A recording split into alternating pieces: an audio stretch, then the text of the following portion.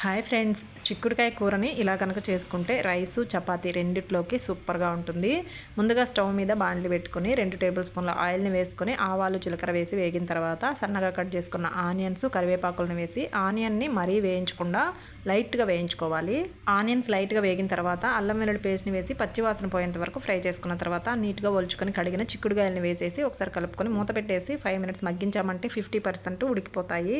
ఇప్పుడు ఒకసారి మూత ఓపెన్ చేసి చిక్కుడుకాయలను ఒకసారి కలుపుకున్న తర్వాత సన్నగా కట్ చేసుకున్న టమోటాలను వేసేసి బాగా కలుపుకొని మూత పెట్టేసి మరో 2-3 నిమిషాలు ఉడికించామంటే టమోటాలు కూడా సాఫ్ట్గా మగ్గిపోతాయి.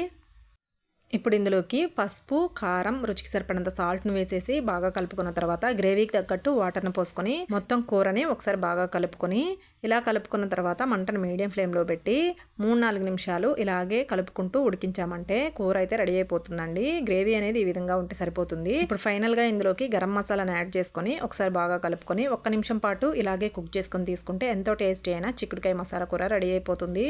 రైసు చపాతీ రెండిట్లో చాలా బాగుంటుందండి. తప్పకుండా మీరు కూడా ట్రై చేయండి. వీడియో కనుక నచ్చిందంటే లైక్ చేసి షేర్ చేయండి. నా ఛానల్ని సబ్స్క్రైబ్ చేసుకోండి. Thank you for watching.